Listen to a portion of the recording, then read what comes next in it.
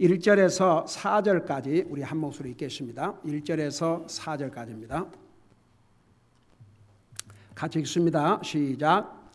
율법은 다가올 좋은 일들의 그림자는 가지고 있으나 그 일들의 형상 그 자체는 아니므로 그들이 해마다 계속해서 드린 그런 희생물들로는 거기로 나오는 자들을 결코 완전하게 할 수 없느니라.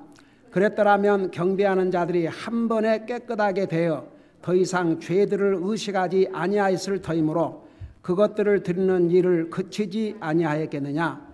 그러나 그 희생물들에는 해마다 죄들을 다시 기억하게 하는 것이 있나니 황소와 염소의 피로는 죄들을 제거함이 불가능하니라. 아멘. 앉으시기 바랍니다. 우리 히브리서 10장에 제목을 붙인다면 우리 예수님께서 자신을 드린 희생은 훨씬 뛰어난 희생이라, 이렇게 제목을 붙일 수가 있겠습니다. 그래서 히브리서 10장은 예수님의 완전하신 희생, 우리 예수님께서 자기 자신을 드린 희생물은 완전한 희생물이었습니다. 그래서 예수님의 완전하신 희생과 구약 언약 율법 아래서 행하였던 불완전한 짐승들의 희생을 비교적으로 보여주고 있습니다. 그리고 왜 예수 그리스도의 희생이 구약 언약, 첫 언약이라고도 우리가 배웠죠. 아래서 희생보다 훨씬 더 뛰어난지를 크게 세 가지 면에서 10장은 잘 설명해 주고 있습니다. 그래서 10장 1절에서 10절까지는 예수님의 희생은 죄를 없애셨기 때문에 예수님의 희생은 다른 동물의 희생보다 훨씬 뛰어난다는 것을 보여주고 있습니다. 여러분, 인생의 가장 큰 문제가 뭐라고 생각하십니까? 죄 문제입니다. 이 상의 모든 트러블이 문제가 죄로부터 왔습니다. 여러분 한번 생각해 보세요. 하나님께서 아담과 이브를 하나님의 형상을 따라서 한번 생각해 보세요. 우리 하나님이 어떤 분입니까? 하나님은 완전하신 분입니다. 거룩하신 분입니다. 흠이 없으신 분이십니다. 그 하나님의 형상을 따라서 우리 인생을 지으셨다고 했습니다. 물론 겉모습이 아니라는 것 자세하게 설명했죠. 세 가지면 하나님께서 우리에게 지적인 능력, 동물 이상의 사람보다 더 지적인 능력이 있는 피조물은 아무도 없습니다. 한번 생각해봐요. 영리한 개가 사람으로 말하면 2살짜리밖에 안 됩니다. 여러분 솔직히 말해서 지금 이 모던 테크놀로지, 이게 누가 만들었습니까? 사람들이 만들었습니다. 무엇으로? 하나님께서 주신 지적인 능력으로. 그 다음에 하나님께서, 그래서 사실은 하나님이 그런 지적인 능력을 통해서 하나님을 알도록, 그러니까 이 상에 아무리 세상에서 많이 공부했다 해도 하나님을 알지 못한 사람은 아는 것이 없는 사람입니다. 여러분 보세요. 사도 바울이 뭐라고 고백을 했습니까? 빌립보에서 그는 당시에 로마의 총독이 너의 많은 학문이 너를 미치게 만들었다 할 정도로 그는 그야말로 지금으로 말하면 박사학위를 몇 개나 가지고 있는 석학이었습니다. 그런데 그가 예수님을 알고 난 다음에 뭐라 했습니까? 예수님을 아는 지식이 가장 고상해서 내가 지금까지 배운 모든 이 지식은 배설물에 불과하다고 했습니다. 한번 생각해 보세요.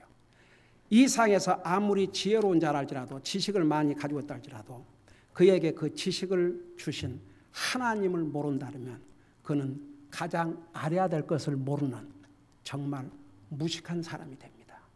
그래서 여러분 보세요. 하나님께서 우리 사람에게 그런 지식의 그 능력을 주신 것은 하나님을 알라고. 그 다음에 두 번째, 하나님께서 우리 사람을 하나님의 형상대로 지으셨다 할 때에 우리에게 이모셔널 어빌리티, 정적인 능력을 주셨어요. 우리 사람은 모든 감정을 다 표현할 수 있습니다. 짐승은 그 감정 표현에도 한계가 있어요.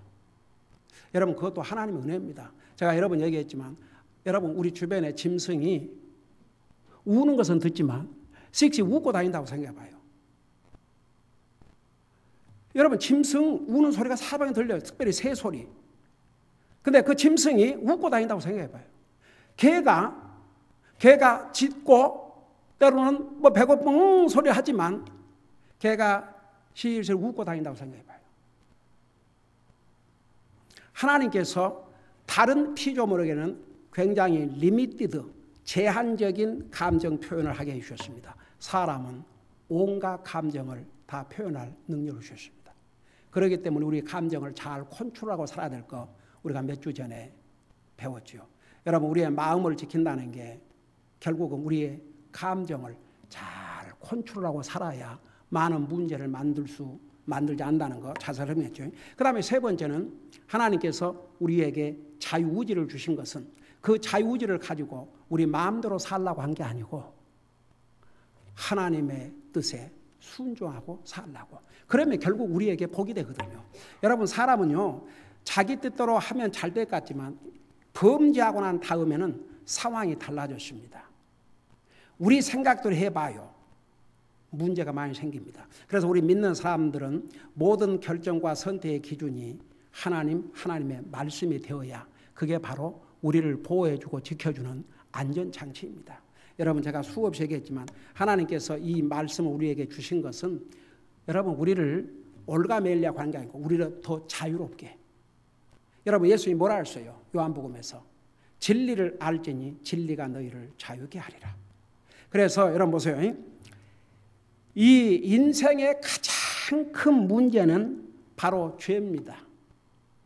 근데 이 세상에 어떤 종교도 죄 문제를 해결할 방법을 제시한 적이 없습니다. 예수 그리스도 외에는. 자, 불교, 여러분, 불교 보세요. 그 사람입니다. 그래도 그 사람이 인도의 왕의 아들로 태어났지만 그가 네 가지를 깨달았다는 얘기죠. 생로병사, 태어나고 늙고 병들고 죽고. 그래서 쉽게 말하면 불교에 가르치면 마음을 비우고 살라 이겁니다. 우리 인생의 죄 문제를, 죽음 문제를 해결할 수 있는 방법을 제시한 적이 없습니다. 유교도 마찬가지입니다. 여러분 공자의 가르침 다 좋은 말이죠. 뭐 욕심을 비우고 다른 사람의 선을 행하고 그거 다 좋은 말입니다. 다 성경에 있는 말이지만 여러분 모슬람이 우리 인생의 죄 문제를 해결할 수 있는 방법을 제시한 적이 없습니다. 이 상의 어떤 종교도 우리 인생의 죄 문제를 제시한 것은 어느 종교도 없습니다. 그래서 우리 예수님을 믿는 한국 사람들은 기독교 그런데 여러분 우리가 믿는 크리스천이트는 종교가 아닙니다. 기독교가 아닙니다. 하나님과 우리 사람과의 릴레이션십입니다. 크리스천이트입니다. 여러분 그래서 보세요. 죄 문제를 해결하지 못하면 어떤 종교를 믿든 아무런 의미도 아무런 가치도 없습니다. 그럼에도 불구하고 참 많은 사람들이 정말 헛된 종교를 믿고 사는 사람들이 얼마나 많이 있습니까? 여러분 우리 예수님은 그런 면에서 죄 해결 문제를 분명하게 우리에게 해결해 주셨습니다. 우리 예수님께서 이 땅에 오신 목적이 우리 인생의 죄를 해결해 주셔서 오셨다고. 여러분 요한복음 1장 29절 가보면 우리 예수님을 향해서 세상 죄를 제거하시는 하나님의 어린 양을 보라 하셨습니다. 여러분 사람은 본성 자체로 말미암아 죄인입니다. 그리고 사람들이 선택하는 모든 그 선택을 보면 자기의 본성이 죄악적이라는 것을 이렇게 증명하고 삽니다. 여러분 우리 인생에 살다 보면요 거기에는 하나님 믿는 사람도 우리 속에 죄의 본성이 있기 때문에 때로는 하나님의 뜻을 따라 선택하고 결정하기보다는 결국 내 고집. 여러분 잘못하면요 고집이라는 것이 사람마다 자기 주장이 있고 고집이 있는데 그 고집이 하나님 말씀 위에 간다 그러면 자기가 우상이 됩니다. 여러분, 우리가 컨빅션과 고집은 다릅니다. 컨빅션은 내가 믿는 그 믿음에 대해서 목숨이라도 걸 수 있는 게 컨빅션이고, 고집은 그 세상 말로 하다못해 그런 상말도 쓰지 않고 저 똥고집이라고. 그건 아무런 도움도 안 되는 그런 오직 자기만을 위한 주장. 그래서 로마서 2장에서는 경고를 했습니다. 너희의 고집이 하나님의 진노를 쌓아 올린다고 그랬습니다. 그래서 우리가 잘못된 고집은 고쳐야 됩니다. 버려야 됩니다. 그러니까 내 고집이 내가 바른 것을 주장하는 것을 얘기하는 게 아니고, 하나님 말씀에 비추어 볼 때도 이건 옳지 않은데 그걸 주장한다 그러면 그건 고집이 옳시다. 내 옛날에 우리 교회에 다녔던 분 중에 한 사람이 나 기가 막혀서 하나님 말씀 그러면서 한 번 어떤 것을 주장해서 성경에 딱 몇 장 몇 절을 보여줬어요. 그 성경에 볼 때 이것은 옳지 않습니다. 그 형제님이 주장하는 것은 이건 비성경적입니다. 그러니까 뭐라는 줄 아세요? 제가 이 자리에서 하나님 앞에서 이 강대상에서 서가지고 안 들은 얘기를 하겠습니까? 그 입에서 내가 보여줬어요. 몇 장 몇 절. 근데 뭐라고 답을 한 줄 아십니까? 성경은 그렇게 말씀하고 있지만 저는 그렇게 생각하지 않습니다. 자기 생각이 하나님 말씀보다 더 중요한 거죠. 이건 아주 무서운 자세입니다. 여러분, 우리가 항상 하나님 앞에 겸손한 자세가, 여러분 우리 구원받은 하나님 자녀는 항상 하나님 앞에 겸손해야 됩니다. 그 겸손이 뭔지 아십니까? 하나님 말씀 앞에서는 무조건, 하나님 말씀이라면 그 앞에서 나를 바꿔야죠. 내 생각을 바꿔야죠. 내 고집을 바꿔야죠. 하나님의 말씀이 그런데도 내 생각은 그렇지 않습니다. 내 고집 바꿀 수 없습니다. 그래서 그게 바로 죄의 본성이 있기 때문에 그 죄의 본성은요, 굉장히 죄악적입니다. 불행하게도 우리가 주님을 영접하고 구원받은 다음에도요, 그 본성이 없어진 게 아니고 여기 있어요. 근데 그 비례가, 그 레이쇼가 50대 50이면 안 됩니다. 그 말 이해가 됩니까? 네. 본성이 50. 자, 우리가 보세요. 우리 예수님의 두 가지 속성. 우리 예수님께서 이 땅에 오셨을 때 두 가지 속성을 가지고 있었는데 그 두 가지 속성이 뭐였어요?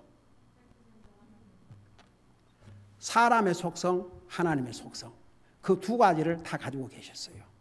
100% 하나님이시고 100% 사람이셨어요. 근데 오늘 우리가 구원받은 하나님의 자녀가 된 다음에도 우리가 두 가지 속성을 갖고 계신가 아세요? 자, 첫째 속성은 무슨 속성이에요? 죄의 속성. 그 다음에 두 번째 속성은 성령님의 속성. 그래서 갈라디아서 5장에 보면 그 성령님의 속성에 대해서 이렇게 하나 말씀하고 있죠. 그래서 보세요. 우리 속에, 우리가 예수님을 영접하고 구원받고 나면 우리 속에 성령님이 오십니다. 그러니까 여러분 속에 성령님이 지금 와 계셔요. 그래서 우리 속에 성령님의 속성, 그 다음에 우리 죄의 속성, 이게 50대 돼 있으면 큰일이에요. 이제 이런 그리스도인은 정말 힘듭니다. 그래서 이 레이쇼를 줄여야 돼요. 죄의 속성은 점점 줄어들고 성령의 속성이 점점 늘어나고. 그러니까 뭐 100대 0는 안 됩니다. 근데 뭐 70대 30이라든지 60대 40이라든지 그러면 그래도 옛날 속성을 이기고 성령님의 인도하심을 순종하지만 이게 절반 돼가고 있으면 그 영적인 삶에 참 힘듭니다. 그래서 우리가 항상 성령님의 도움을 간구하고 성령님의 인도하심을 간구하고, 왜 우리 주님께서 우리에게 성령님을 주셨다고 생각하십니까? 성령님의 도움이 없이는 우리 믿음 생활하기 어렵거든요. 육신의 본성이 너무 강해갖고 그걸 따라가 버리거든요. 그래서 우리 속에 성령님을 주셔서, 그래서 여러분 에베소 5장에 뭐라는 줄 아십니까? 너희는 술에 취하지 말고 성령의 충만함을 입으라. 근데 제가 옛날에 에베소서 가르칠 때 자세하게 설명했습니다만 왜 취하지 말고 성령의 충만함을 입으라. 왜 하필이면 술을 취하는 것과 성령님, 거룩하신 성령님을 이렇게 비교적으로 말씀했느냐? 혹시 기억나세요? 왜 그걸 비교적으로 설명했어요? 여러분, 술 취한 사람은요, 우선 술 취한 사람은 술을 안 취했다고 생각해요.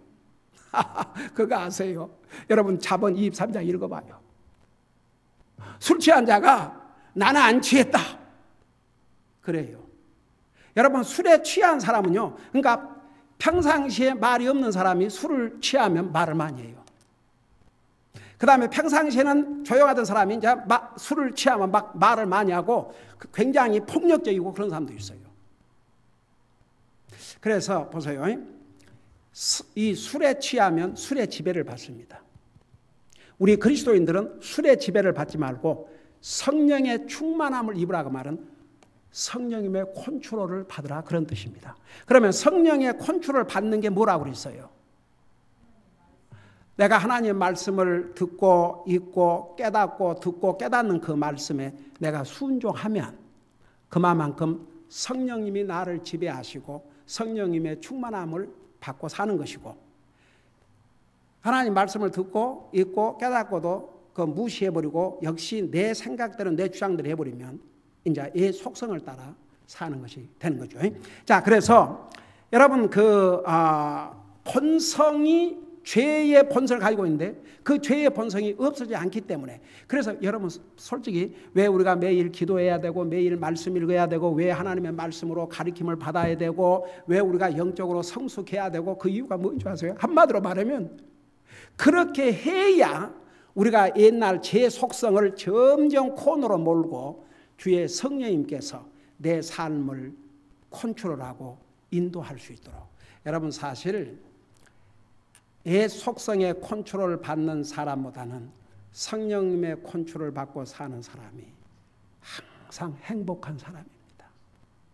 여러분, 우리 그리스도인은 그 비결을 알아야 됩니다. 그 유명한 빌리그레암 목사님 하늘나라 가셨지만 그 해피니스, 그러니까 행복이 어디에서 오느냐, 그런 책에서 happiness comes from following the leadership of the Holy Spirit. 성령님의 인도함을 따라 사는 것으로부터 행복이 온다 이거죠. 자, 그런데 보세요. 우리가 죄를 범해서 죄인들이 되는 것이에요? 아니면 우리가 죄인들이기 때문에 죄를 범해요? 네, 그걸 성경에서 가르쳐주고 있습니다. 우리가 죄를 범하니까 그래서 죄인이 된 게 아니고 우리가 죄인이기 때문에 죄를 범하는 겁니다. 그게 성경에서 가르침입니다. 절대 잊지 마세요. 어떤 사람이 죄를 범해서 죄인이 된 게 아닙니다. 죄인이기 때문에 죄를 범합니다. 그래서 우리 모두는 구원받은 하나님의 자녀이지만 아직은 이 땅에 육신을 가지고 살고 있고 우리가 죄의 속성을 가지고 있기 때문에 죄를 범할 수가 있어요. 그래서 요한일서 1장에서는 우리가 우리 죄를 범하면 우리 죄를 고백하라고 그랬습니다. 그게 우리의 몫이옵시다. 자, 그러면 보세요. 왜 예수님의 희생은 구약 율법 아래서 행하여졌던 다른 모든 짐승들의 희생보다 훨씬 뛰어난 희생이 되셨는가? 한마디로 말하면 예수님의 희생은 죄 문제를 근본적으로 해결해 주셨기 때문입니다. 자, 여기까지 이해가 되세요? 이해가 되세요? 왜 예수님의 희생이 다른 구약시대 때의 모든 희생물보다도 더 뛰어난 희생이 됐냐? 구약시대 때의 짐승의 희생은 우리 죄 문제를 근본적으로 해결하지 못했습니다. 그러나 예수님의 희생은 우리의 죄 문제를 근본적으로 해결해 주셨어요. 자, 그래서 이제 1절에서 4절까지는 뭘 설명하고 있냐 그러면 왜 더 나은 훨씬 뛰어난 희생이 필요했는지를 1절에서 4절까지 설명해 주고 있습니다. 여러분, 사람의 죄 문제를 근본적으로 해결하기 위해서는 짐승, 이 동물의 피 갖고는, 동물의 희생 가지고는 우리 죄 문제를 근본적으로 해결할 수 없었기 때문에 우리 죄 문제를 근본적으로 해결할 수 있는 그런 완전한 희생이 필요했습니다. 그래서 여러분 그 이제 1절에서 4절까지 보면 구약시대 때에 일어났던 모든 그 희생 헌물은 앞으로 일어날 완전한 것의 그림자였고, 여기 잠깐 4절을 보세요. 우리가 읽었던 4절, 10장 4절에 보면 황소와 염소의 피는 죄들을 제거함이 불가능하니라. 그래서 짐승의 피로는 우리 인생의 죄 문제를 근본적으로 해결할 수 없었기 때문에 짐승보다 더 나은 훨씬 뛰어난 희생이 필요했다, 그런 뜻입니다. 자, 이것을 여러분 머릿속에 두시고 1절부터 우리 공부해요. 자, 1절을 보십시다. 거기 보면 율법은 다가올 좋은 일들의 그림자는 가지고 있으나 그 일들의 형상 그 자체는 아니므로 그들이 해마다 계속해서 드린 그런 희생물들로는 거기로 나오는 자들을 결코 완전하게 할 수 없느니라. 자, 한 절 한 절 제가 이제 서론적으로 설명을 했어요. 그것을 여러분 생각하면서 1절, 여기에 율법은 특별히 무엇을 가리키는 거예요? 율법. 지금 우리가 지금까지 배워온 구약시대 때의 모든 짐승의 희생에 대해서 이 율법은 무엇을 가리켰어요? 그러니까 짐승의 희생인데 이 율법을 동시에 또 무슨 언약이라고 그랬어요? 아니지. 구약시대 율법 아래서는 첫 언약이라고 그랬죠. 첫 언약. 그게 율법이에요. 간단히 말하면 십계명이고 넓게 말하면 율법입니다. 자, 여러분 보세요. 율법이 우리 인생을 구원할 수 있어요, 없어요? 근데 율법이 우리에게 한 일이 있어요. 그 한 일이 뭐예요? 죄를 깨닫게 해주신 거예요. 근데 그 율법이 우리 죄 문제를 해결할 수 없습니다. 가령 예를 들어서 우리 야고보서 1장에 의하면 율법은, 하나님의 말씀은 거울과 같다고 그랬습니다. 거울. 여러분이 거울에 보면 거울에 이제 여러분의 얼굴에 뭐가 묻었다든지 그런 걸 보여주잖아요. 근데 그 거울이 여러분 얼굴에 묻은 그 묻은 때가 됐지 뭐가 됐든지 그것을 지워줄 수 있습니까? 없습니까? 근데 거울은 무엇을 얘기해 줘요? 묻었다는 걸 알려줍니다. 그러니까 씻으라 얘기죠. 자, 이해가 되세요? 율법은 그와 같습니다. 율법은 우리에게 죄를 가르쳐 줍니다. 우리가 죄인이라는 것을 도리어 보여줍니다. 근데 그 죄는 갈라디아서에 의하면 율법은 우리를 그리스도에게로 인도하는 뭐라고 그랬어요? 가정교사라고 그랬어요. 몽학 선생이란 말이 그 성경, 옛날 성경이야, 옛날 성경. 새로운 번역에서는 쉽게 가정교사라. 여러분, 율법은 우리를 그리스도에게로 인도하는 가정교사 역할을 했다 그랬습니다. 근데 그게 무슨 뜻이에요? 우리를 그리스도에게로 인도하는 가정교사라는 것이 무슨 뜻이에요?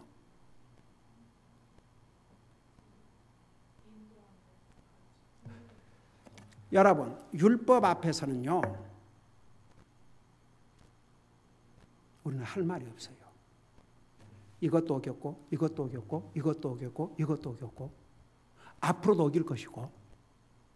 그러니까 내가 율법을 지켜가지고 완전한 이가 돼서 구원받는다는 것은 불가능하거든요. 그래서 예수님을 찾아야 되고 예수님이 필요한 겁니다. 여러분 보세요.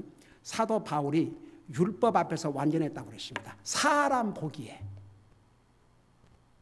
그러나 나중에 그가 속은 얼마나 더러운 죄인인 것을 깨닫고 난 다음에 그는 자기를 뭐라고 고백했습니까? 죄인 중에 죄인 두목이라고 그랬습니다.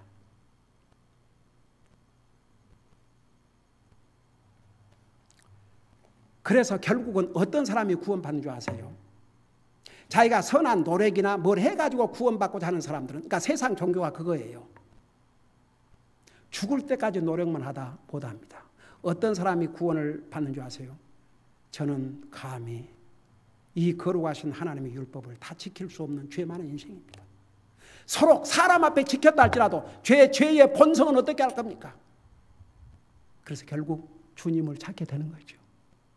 그래서 율법은 도리어 그 율법 앞에서 나는 도저히 율법 앞에서 의롭다고 함을 받을 수 없는 죄인을 깨닫고 주님 앞에 돌아오게 되는 사람, 이 사람이 이제 구원을 받는 것이죠.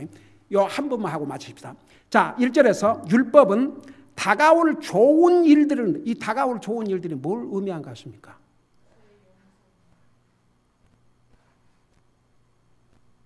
여러분이 이제 이 성경을 개인적으로 읽는다고 생각해 봐요. 이게 무슨 뜻이에요? 율법은 다가올 좋은 일들이 뭡니까? 그렇지. 예수 그리스도를 통해서 우리 인생의 죄 문제를 완전히 해결해야 될 이 좋은 일. 왜냐하면 지금 우리가 지난번에 레위기를 배웠고 지금 히브리서를 배우면서 지금 이 전체 내용이 그리스도의 희생을 통해서 우리 죄 문제를 완전히 해결한 데다가 초점을 맞추고 있기 때문에, 그리고 우리 예수님은 완전한 대제사장. 그래서 구약의 율법 아래서 행해졌던 모든 그 희생의 의식과 대제사장과 제사장들의 그 모든 의무와 이런 것과 비교해서 우리 예수님은 뛰어난 제사장, 아론보다 훨씬 뛰어난 제사장, 그 다음에 제사장들을 통해서 하나님 앞에 드린 그 희생보다 훨씬 뛰어난 희생. 그래서 여기에 다가온 좋은 일들은 장차 우리 예수님께서 이 땅에 오셔서 자신을 완전한 희생으로 드림으로 우리 죄 문제를 근본적으로 해결할 일, 이 얼마나 좋은 일들입니까? 그래서 좋은 일들의 그림자는 가지고 있으나, 그래서 구약 성경의 모든 것은 앞으로 예수님을 통해서 이루실 하나의 그림자였다는 것입니다. 기도하십니다. 사랑의 아버지 하나님, 우리 주님이 사람의 몸으로 이 땅에 오셔서 자신을 완전한 희생물로 드리지 아니하셨더라면 우리 인생의 죄 문제를 근본적으로 해결할 수 없기 때문에 거룩하신 하나님께서 사람의 몸으로 이 땅에 오셔서 우리의 죄 문제를 근본적으로 해결해 주시기 위해서 자신을 주님 앞에, 하나님 앞에 드릴 때 그 헌물은, 그 희생은 완전한 희생이 되었고 거룩하신 하나님을 만족시키시는 그런 희생이 되었습니다. 그 예수님을 우리는 믿음으로 우리의 죄를 용서받고 죄 문제를 근본적으로 해결받았습니다. 바로 그 일을 위해서 우리 주님은 자기의 생명을 주셔서 우리를 구원해 주심을 잊지 말게 하시고, 항상 그 주님을 사랑하고 그 주님을 소중히 여기고 정말 그 주님을 위해서 사는 것이 우리 인생의 최고의 목표인 거 잊지 말게 하시고, 항상 주님을 위해서 사는 우리의 삶이 되게 하여 주시옵소서. 감사합니다. 사랑합니다. 예수님의 이름으로 감사 기도드리옵나이다. 아멘.